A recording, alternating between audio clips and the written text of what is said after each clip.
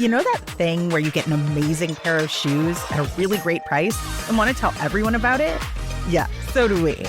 Here at Designer Shoe Warehouse, we'll give you something to brag about, like the latest styles from brands you love, or the trends everyone's obsessing over, or shoes that make you feel like, well, you. So go ahead, show off a little. Find shoes that get you at prices that get your budget. Head to your DSW store or DSW.com today. DSW, let us surprise you.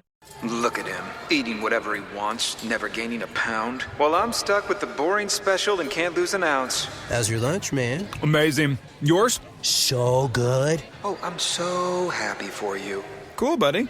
Weight loss isn't fair, but Mochi Health is. The affordable GLP-1 source that can fix your frustration with food. So, same time next week? No! Definitely. And your friends. Learn more at joinmochi.com. Mochi members have access to licensed physicians and nutritionists. Results may vary. Hey guys, unfortunately there is no new episode today. I've been sick for about 2 weeks now and have run through everything I had pre-recorded for you and haven't been able to record anything new without coughing at least every few minutes. So I'm really sorry that I don't have the new episode and bonus that I promised you last week. But I'm hoping that if I can rest up, it'll be out next Thursday and the bonus on Friday. I really tried pushing through this, but my body and my mind just won't cooperate. Basically, everything is screaming at me to slow down. So I'll be spending Thanksgiving with our emotional support puppies in bed trying to recover. But I wanted to let you know that I am thankful for all of you. And I do have a lot of new listeners here, so in an effort to try to continue to raise awareness for these unsolved cases, you're going to hear an episode from 2021 that still needs your help, the case of Maggie Long. Again, I do apologize, but thank you for understanding.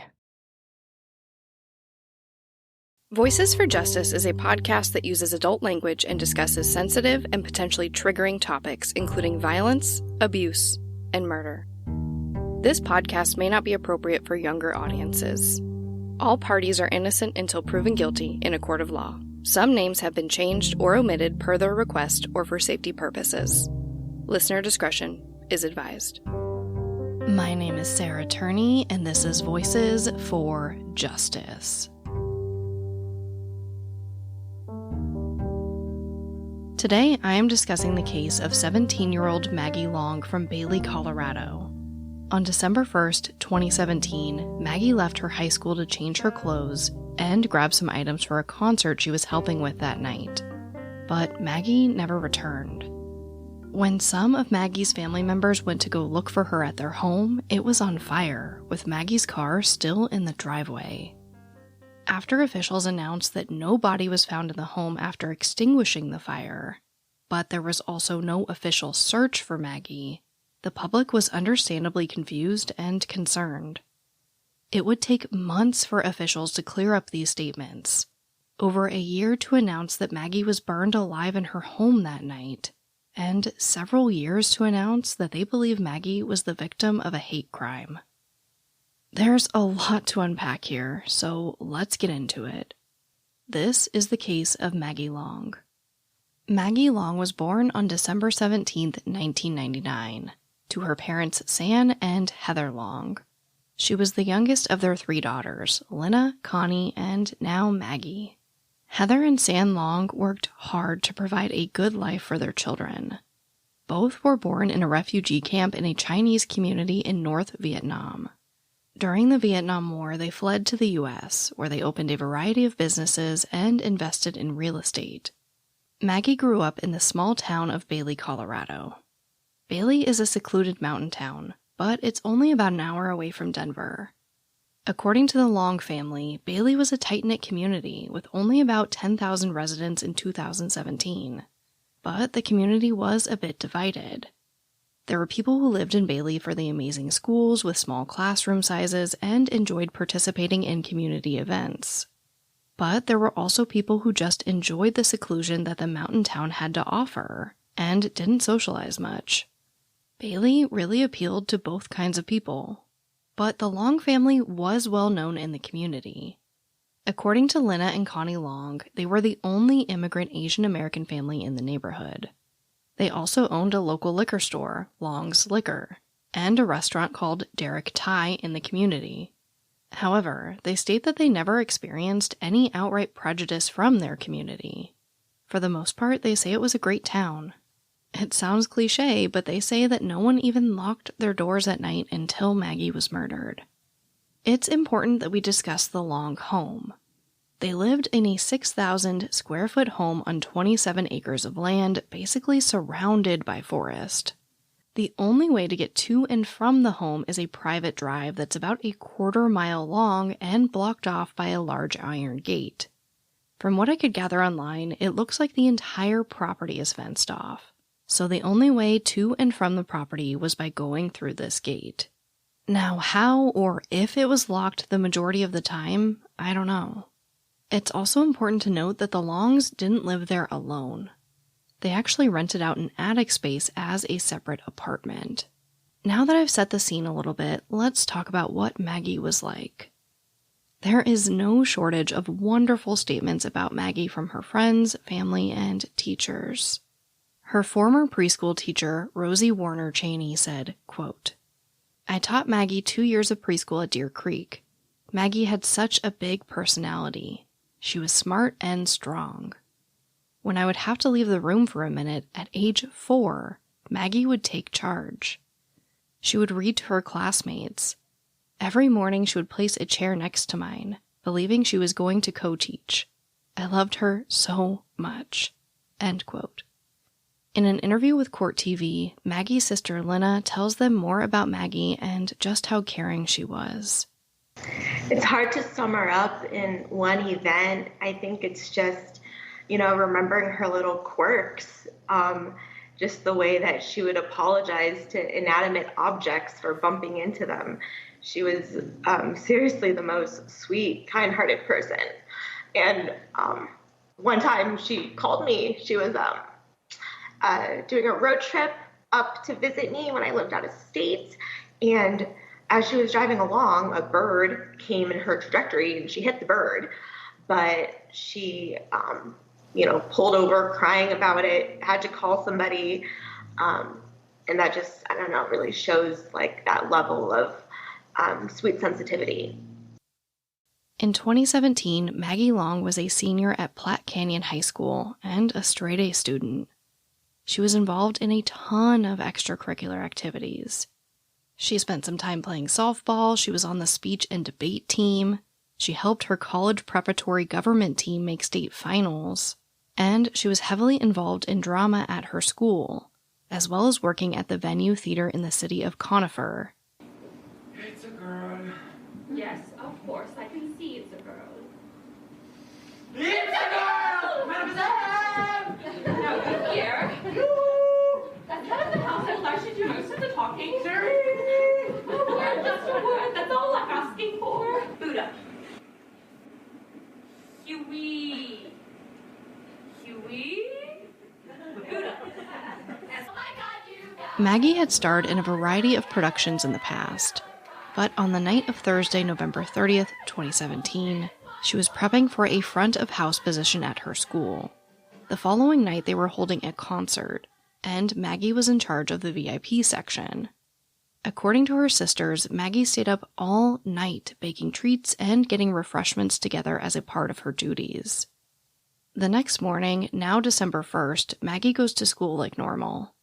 Around 3:30 p.m., Maggie leaves school and goes home to grab the treats and refreshments, as well as change her clothes.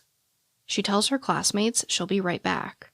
It's about a 20-minute drive from the school to her home, so Maggie was expected back about an hour or so later. But Maggie didn't come back, and the show went on without her. Now, this immediately concerned her teachers, friends, and her sister Connie, who was sitting in the audience. Obviously, everyone was trying to call Maggie, but she didn't answer her phone. All of this is extremely out of character for her. Connie says that she just kept staring at the auditorium door, waiting for Maggie to enter at any moment. But again, that didn't happen.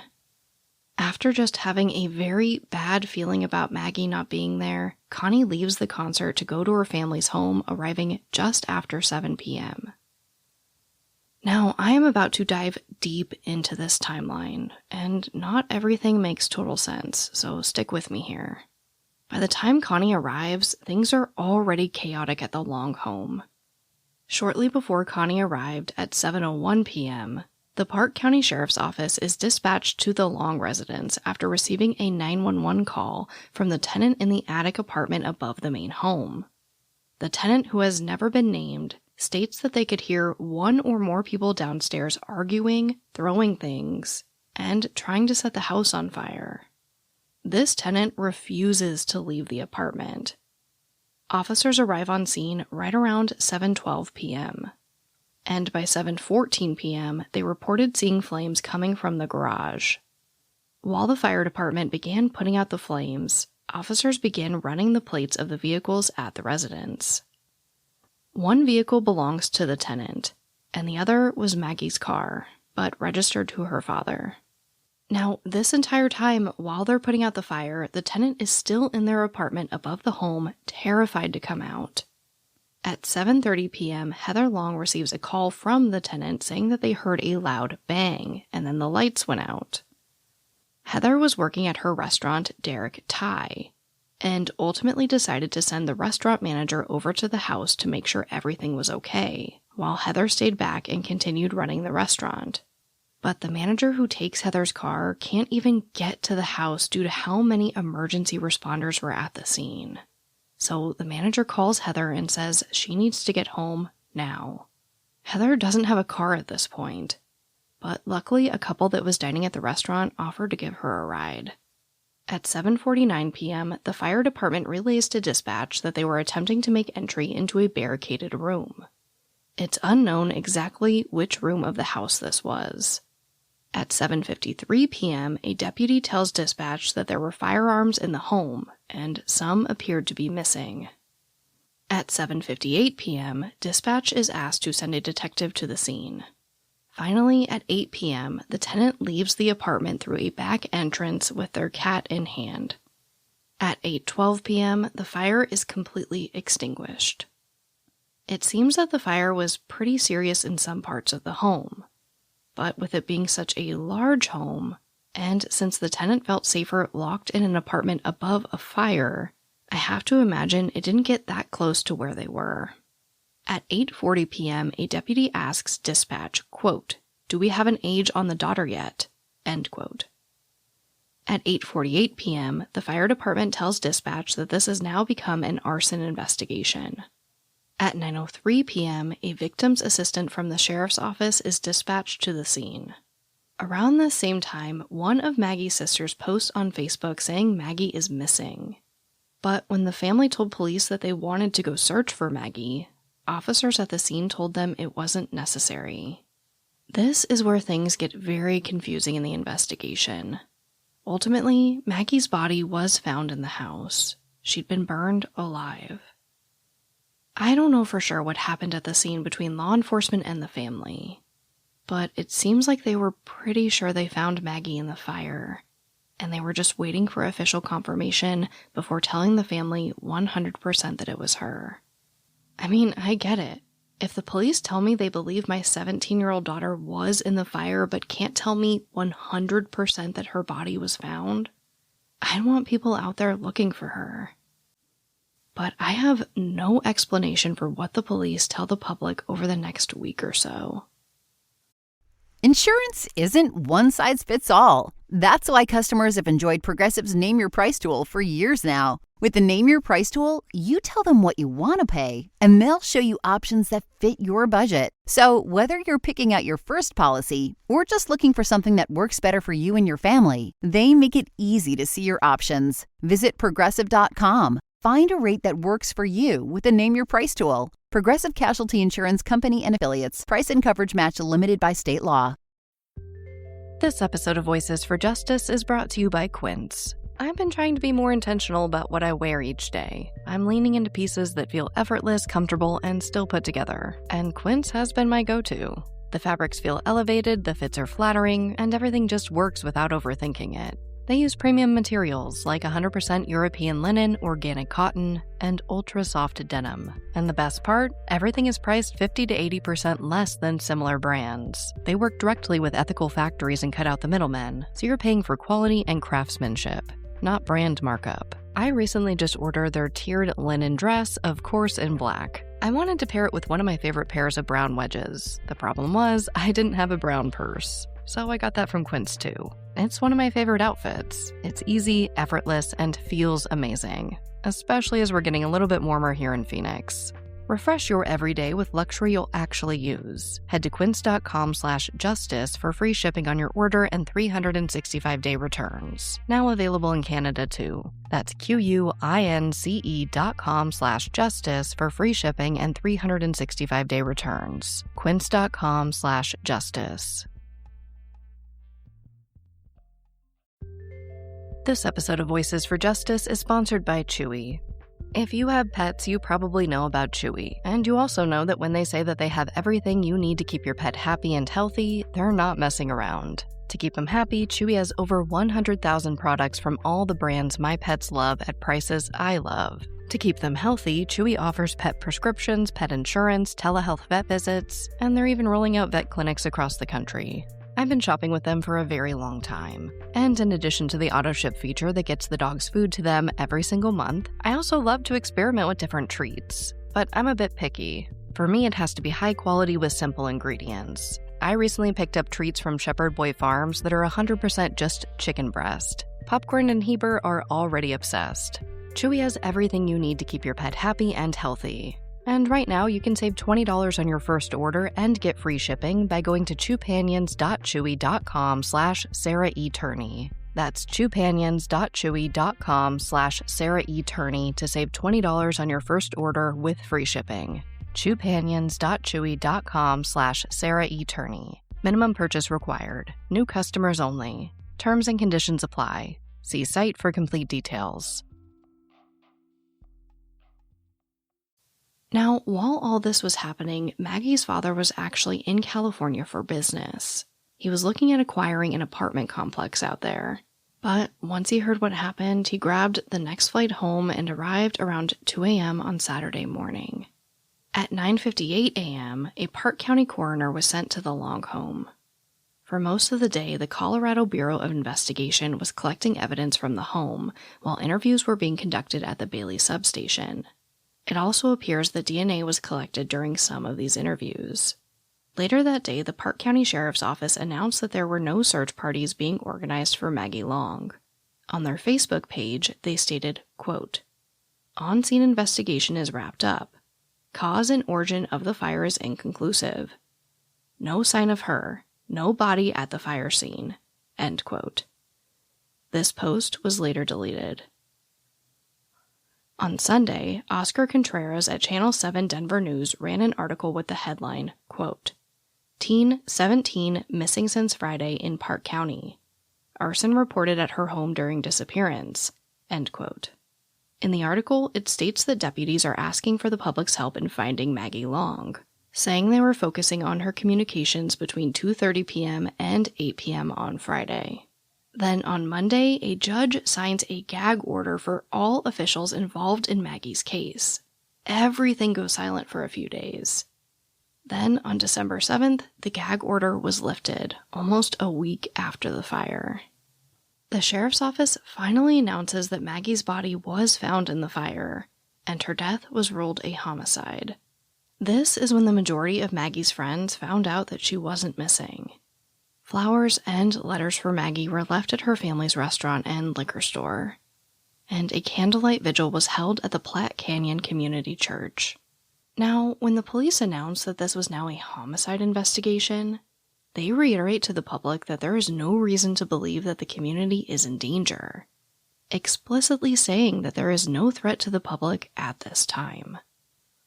However, at 4:40 p.m., they released the following bolo, or be on the lookout, stating, quote, "The bolo is going to be for a late model 90s to 2000 light-colored minivan, possibly driven by a white male in his 20s. Homicide occurred during an arson, and the suspect driver may have some flash burns, as well as taking gasoline from the house, a large case, AK-47, 2,000 rounds of ammo of .762, and a 9mm Beretta. Please advise, the subject is considered armed and extremely dangerous." End quote. This bolo was sent to major media outlets all throughout Colorado. The thing is, they didn't actually mean to do that. This bolo was apparently supposed to stay within law enforcement agencies working the case. But it's too late. The media runs with the bolo just like they're supposed to. The sheriff's office would later release the following statement regarding this situation. Quote, "We did issue a bolo, but it was not intended for public consumption. It was supposed to go through a confidential law enforcement source. I can't confirm what the news stations are reporting. It's quite disruptive to our investigation. Because of the problems that has caused, we're going to have to reconvene the task force and decide how information for a public clarification will be crafted." End quote. But again, it's too late. Rumors began to swirl online about why and how Maggie was murdered. And people were, in my opinion, rightfully scared for their safety based on the bolo. Things really go quiet for a while after this. On January 18th, 2018, the sheriff's office announces a $15,000 reward for information about Maggie's murder. It wouldn't be until February 7th that the Park County Sheriff's Office, along with federal investigators, hold their first official press conference about Maggie's case. In the beginning of the conference, officials just kind of go over everything that's happened so far and address some of the more confusing aspects of the investigation. They say that they waited to tell the public that Maggie's body was found until she was positively identified. They also state that it appears a burglary was taking place that day, and they won't be releasing Maggie's autopsy report while the investigation continues. They address the gag order, saying it was a preventative measure to ensure the public didn't receive information that might only be known to the perpetrators. They add that although there have been no arrests, immense progress has been made in the case. After this, they discuss some of the items stolen from the home and show pictures of similar items in hopes that the items and perpetrators can be tracked down. We already know from the bolo that some guns and ammo were taken from the home. But at this press conference, they add that some jade figurines and a green gun safe were also taken from the property. Then a representative from the FBI announces that they are upping the reward to $20,000. He adds that it's very likely that someone out there has encountered the perpetrator or perpetrators. He goes over the regular things, asking the public to look out for unusual behavior. Maybe somebody missed an appointment that day, changed their appearance, has an unusual interest in the case, those types of things. Then they hand it back over to the sheriff to answer questions, and things really heat up. Again, thank you all for coming. I'm going to take a few questions. Keep in mind, I'm limited on what I can say, but I do want to give you an opportunity. Sheriff, there were some DNA samples that were collected around the community. After those DNA samples were collected, is there anything that you can tell us that was gathered from that evidence that was gathered here in the Bailey area? I can't speak about the results of the DNA that were collected, but what I can say is that it wasn't done randomly. Or it was done randomly. It wasn't done. I think some of the comments I heard was we were going up there, going door to door, just collecting DNA. That was incorrect. We had specific individuals we wanted to speak with, and those samples were collected. So. Was it productive in any way, would you say? It's gathering evidence, and that's what we need to be doing. A lot of times you just don't know on that for a while. Speaking on behalf of CBI, you gather that, and sometimes it's for elimination purposes, and there's a lot of different reasons to gather that. Sometimes it's just in advance of what you might find later on. So, Sheriff, can you speak to body found? Go ahead, Aaron. Go ahead. When was Maggie's body found? What date?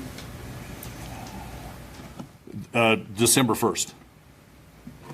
Go ahead. And can you just speak to the decision to wait to this point to hold a public forum, to address the media? It seems like there was a bolo that went out that mentioned missing guns. That was 2 months ago. Why are you picking today to ask the public for help when they probably could have helped 2 months ago? I think a lot of it had to do with the amount of information that we were processing.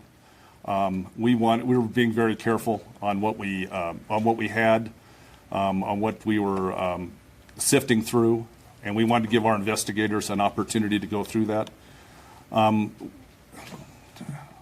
Yes, I would say we would like to have gotten out earlier, but there was a reason why we had to wait. Sheriff, can you explain to the community why one of your deputies lied to them? Well, give me an example. They said there was no body found at the house. Well, I don't think they purposely lied. We didn't want to say exactly who it was until we had an opportunity for the coroner's office. Who it was, but you should have said that there was a body found on scene. Well, like I said, we made our comments, so we'll live with that. Thank you. Sure. Yes, ma'am. Can you tell me if the Long family is cooperating fully with the investigation? You are correct. They are. To add to her question. Sure. Has the Long family indicated to you in any sense that whoever did this might be known to them?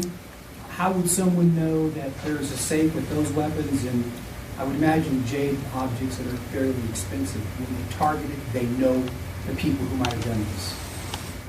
Well, the Long family's been very cooperative in this entire time, and we've been working with them. Were there video cameras in the home that would have seen any of this or captured any images of the suspect? Can't comment to that. Sheriff, can we go back to that bolo? That information was broadcast and picked up by media outlets. There was some confusion there if that was supposed to be released or not, and kind of what happened with that. Is it safe to say that the information that was included in that bolo is still valid today with a description of a person that you were wanting to look at in a vehicle description? Other information in that bolo seems to still be accurate. The description of a green gun case or safe, firearms that were listed, that information still seems to be accurate. So is the rest of that information in the bolo still accurate? You're right. That was not supposed to be released. That was something that was supposed to go out to law enforcement sensitive. So we have to eat that. We have not been able to confirm that, so I don't want to say anything more about it. But yeah, it was our mistake. Yes, ma'am. What's the difference between releasing these images and not telling us how the autopsy report is out today, but you still are not releasing it to the media? What's the difference between releasing this? I mean, doesn't that identify the person as well? Isn't the person watching that did this could say, I mean, isn't that just as identifying as how she died? No. We want to get this out because it's the items that were stolen from the home. Sheriff, you mentioned a tenant or a 911 call from a tenant who was not a member of the Long family? Correct. Did that tenant see the people or hear anything inside the home? Can't confirm or deny that. Have you brought anyone in for questioning to your headquarters to ask them if they might have had anything to do with this? Well, we've conducted a lot of interviews. Do you know how many? Can you tell us how many interviews? Ballpark? No, I can't. Like dozens? Can you tell us if there was any signs of forced entry to the home, indicating whether or not that Maggie interrupted them or if they interrupted Maggie? Can't comment to that. Sure, seems like not a sexual assault was involved. What's that? Can you say whether or not a sexual assault was involved? No, I can't. The community really involved in this, watching this closely, every move, trying to, of course, get information because there's a lot of fear out there in the community. I don't feel like some of the folks that we've talked with, even up to today, that has changed. Moving forward, how do you plan on keeping the community updated as this case moves forward? Sure. So the information we've gathered, there is no threat to the community. The circumstances, we continue to work around the circumstances surrounding Maggie's death. That being said, with any situation, we call upon the community to report any suspicious activity. We're hopeful that we could put out more information as it continues, but we want to give our investigators every opportunity we can to conduct a good investigation. Sheriff, there were a lot of people asking questions after this story first broke because there was no sign of immediate threat from anyone. But then later came word that someone had been killed and that there was a threat and that you were asking people to watch out for a threat. And people have been asking you questions on Facebook, the department questions. So on behalf of the people of Bailey, what do you tell them? Do you tell them you made a mistake? I mean, what happened?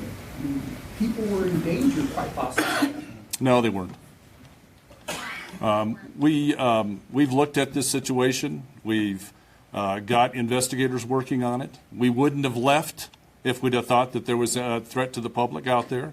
We continue to work very hard with our federal and state partners in trying to make sure this is solved.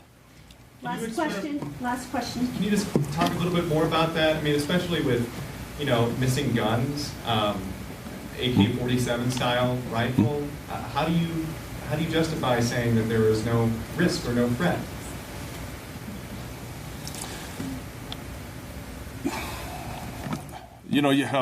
I guess you have risk and threat every day. But based upon the information that we have gathered, we are very confident that there is no threat out there right now to anybody else. I think that'll wrap this question and answer session. As information becomes available, the Clark County Sheriff's Office will release that. At times they've asked the CBI to push that out to our media outlets, so just be on the lookout for updates in the future. Thank you, Sheriff. Thank you. What they did to your family, you're lucky to make it out alive. Streaming on Peacock. These men are going to come after me. Taking them out is my only chance. Put a bullet in her head. From the co-creator of Ozark. Looks like a family was running drugs. Execution-style killing, it's rare for the Keys. Any leads on who they might have been running for? The cartel killed my family. I'm gonna kill them. All of them. MIA. Streaming now. Only on Peacock. That was a lot. It seems very clear that investigators do not want to release a ton of information about Maggie's case.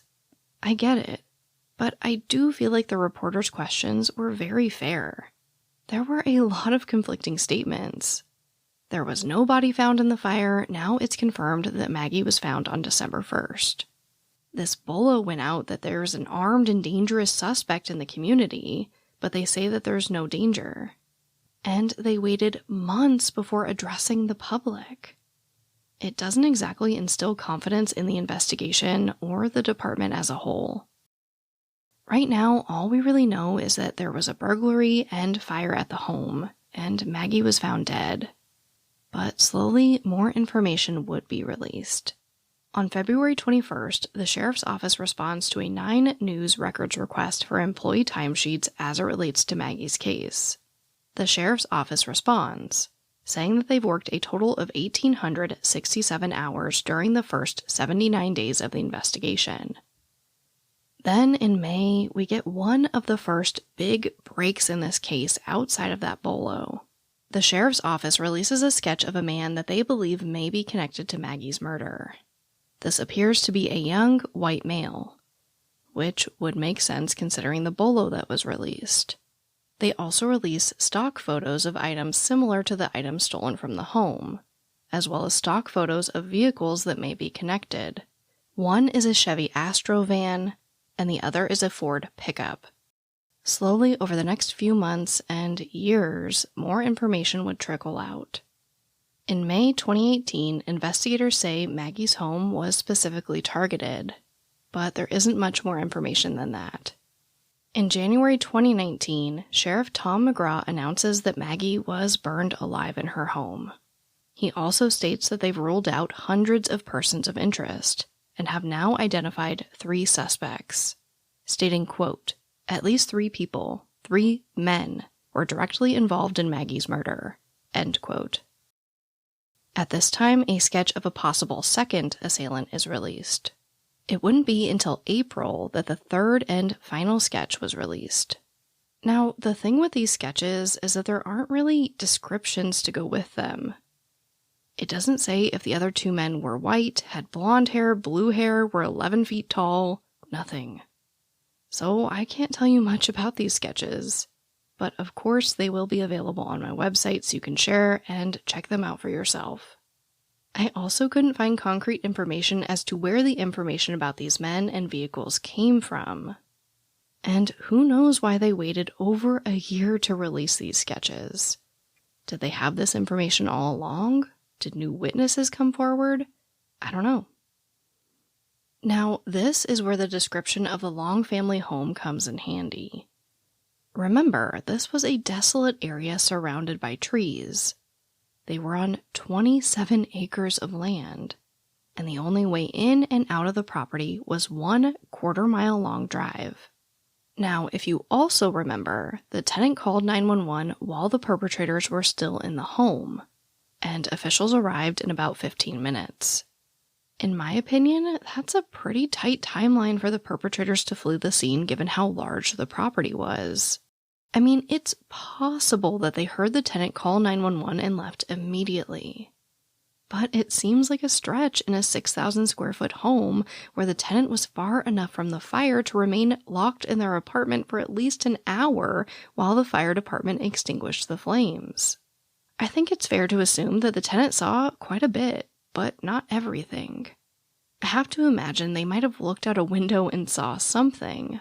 They might have even seen people coming from their vehicles and enter the home. But we know that they didn't see enough to even know how many people were in the house. So they obviously didn't see everything that we get from those sketches. I have to wonder who realistically would have been a witness that night. I mean, this property is pretty much out in the middle of nowhere. They do have a few neighbors. But like the Long family, it looks like they also have very lengthy drives from the main road to their properties, and they are also surrounded by trees. What are the chances that random witnesses would be on or around the property? So who else might have seen something? We know that the sheriff's office won't say if there were cameras on the property. The only other probable witnesses I can think of are the police themselves. I think it's entirely possible that as the police were driving to the scene, the perpetrators drove right past them. I don't know. I'm just speculating. And also kind of hoping that there is some surveillance or dash cam footage out there somewhere that could help us identify whoever killed Maggie. The case again goes pretty quiet. There were some similar crimes that officials looked into, but ultimately none of them were linked to Maggie's murder. At this point, we basically just know that 3 men entered the Long home at some point in time, either before or after Maggie got home. There was some type of physical altercation, items were taken from the home, and Maggie was burned alive. Up to this point, most people believed that the motivation for the murder was happenstance, that Maggie must have walked in on a burglary in progress. She was killed, and the fire was set to destroy any evidence. But then, in May of 2021, the FBI makes a major announcement. They say Maggie Long's death is now being investigated as a hate crime. Like pretty much every other announcement made in this case, this too is shrouded in secrecy. Which is fine. I get information needs to be protected. But I also have to tell you why I don't have a concrete answer as to why this determination was made. When 9 News asked the FBI what led them to make this decision, they were given the following statement. Quote, "The FBI is investigating the murder of Maggie Long as a potential hate crime matter. A hate crime is a criminal offense against a person or property motivated in whole or in part by the offender's bias against a religion, disability, ethnicity/national origin, sexual orientation, gender or gender identity." End quote. The FBI did put out some other statements, but they're all about the same. The Long family also released a statement, quote, "Our family appreciates the outreach, kind words, and continued fight to find justice for Maggie. The reclassification of this case has brought light to a new angle that may bring answers. We are driven to find those responsible for such a heinous crime done to our innocent sister and daughter." End quote. Connie Long has stated publicly that the Colorado Bureau of Investigation told her this decision was tactical and not prompted by a specific development. She says the classification was to help get more funding and resources for the case. However, in an interview with Court TV, her sister Lena says it's hard to imagine that hate wasn't a factor in such a brutal crime. I think when you look at the crime that occurred, it would be hard to say that the brutality and violence of the crime got to that level without there being another factor of extreme hatred. And so, you have to wonder then, why was the crime so hateful? Why did she die in such a violent, brutal manner? This is not a death that was accidental. It was completely intentional. And I think for those reasons, there must be another angle of why somebody would go to that extent to express their hatred. Obviously, the whole family hopes that this new approach will lead to answers and justice for Maggie. This is pretty much where Maggie's case is today. No suspects have been named and no arrests have been made. Like most of the cases I cover on this show, we are left with a lot of questions. What happened to Maggie between the time she got home from school and the time officers arrived nearly 3 hours later? It's a scary thought, but 3 hours is a long time. Is there video of these 3 men? Will more information be released? What happened with all of that misinformation early in the case? And most importantly, what happened to Maggie? Who did this and why? I don't know, but in an interview with Court TV, Lena Long discussed her theories. So, we know the facts as others do. And looking at what happened, this was not a burglary that went wrong. After more details were disclosed and you see how she was burned alive, this is a violent act of murder, not a burglary or robbery that was, planned. It wasn't efficient, considering the few items that were taken, which are still out there, that law enforcement is searching for, guns and whatnot, but this was not a professional robbery, right? So I think that's why we're looking at race being a factor. Certainly gender may have been a factor, and I think in these ways, this is a discrimination case. Would the violence have gotten to this level if she were not a woman? Would the violence gotten to this level if she were not a minority in the community or perhaps other compared to the suspects? And, perhaps our family background, running restaurants, being Asian, made us a target in terms of the timing of the initial incidents. But, we keep in very close contact with the FBI and updates on their investigation. And as we spoke to earlier, Park County is a small population. They have limited resources.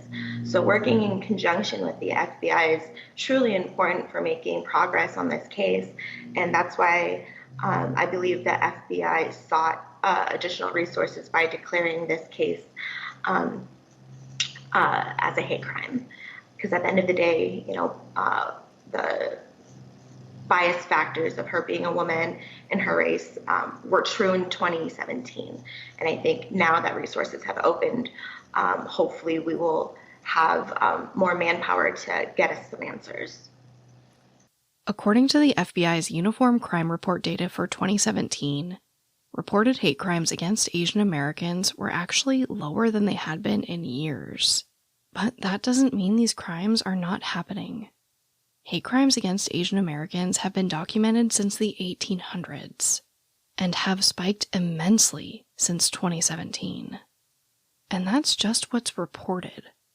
Like Lena said, I don't think we can rule out the possibility that this crime could have been motivated by race, economic status, or gender.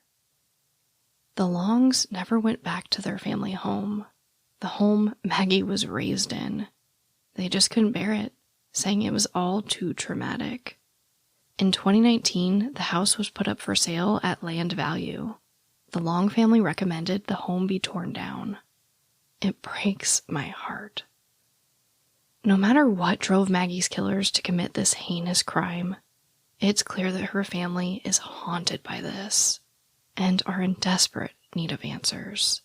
There's still that heaviness that keeps us in the past. While her, spirit encourages us to have hope and to move forward, we're still tethered to that night in 2017. And until we get real answers, I don't know if we can really truly move on. That brings me right to our call to action. Please share Maggie's story.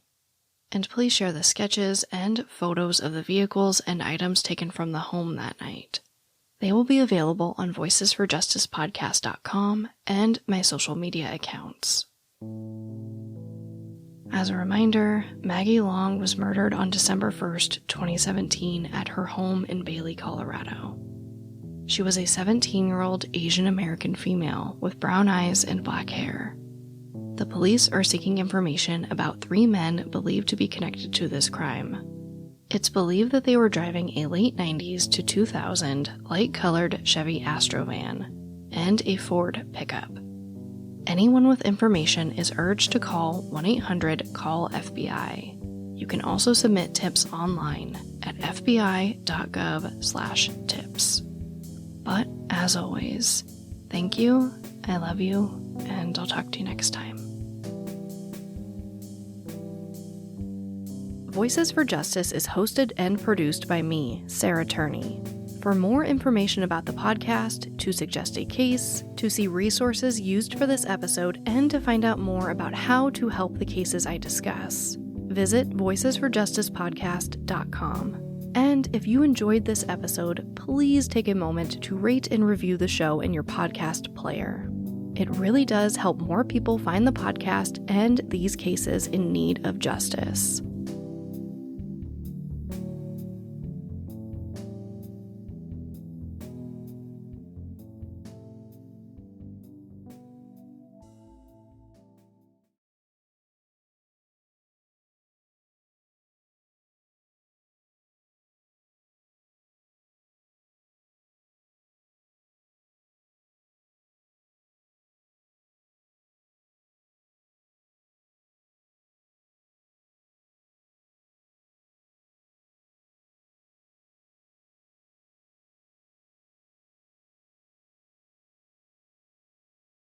Hey guys, welcome to the Secret After Show moment. I'm going to have to really think of a better name for this. If you have any, please let me know on social media.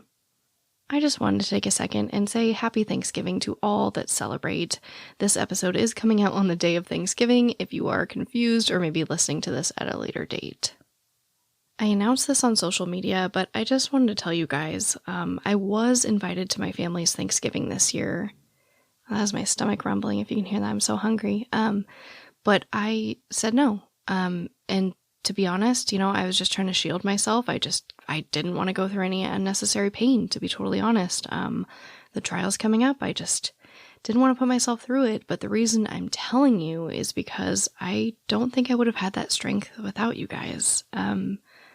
It's so hard for me, because there is this concept of parasocial relationships, right? Where it's like influencers, anybody with an audience, whatever, have these weird relationships with their audience. But I don't know, it feels different for me, you guys. You guys were there for me when nobody was. So I hope that that's not weird to anybody. I'm not trying to be manipulative. I am just genuinely appreciative of everything you guys have given me and helped me build here.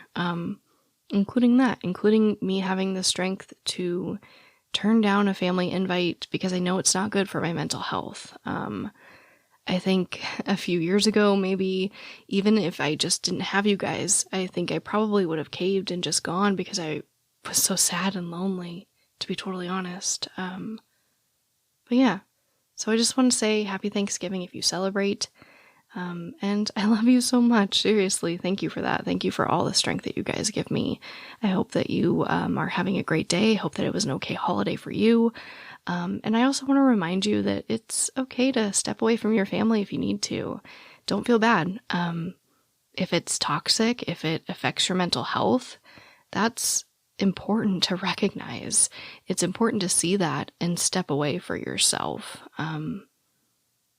Yeah, I just wanted to convey that message that I know the holidays aren't the easiest time for everybody, and if you need to step away and be with yourself during this time of year, just do it. I'm telling you, it's worth it.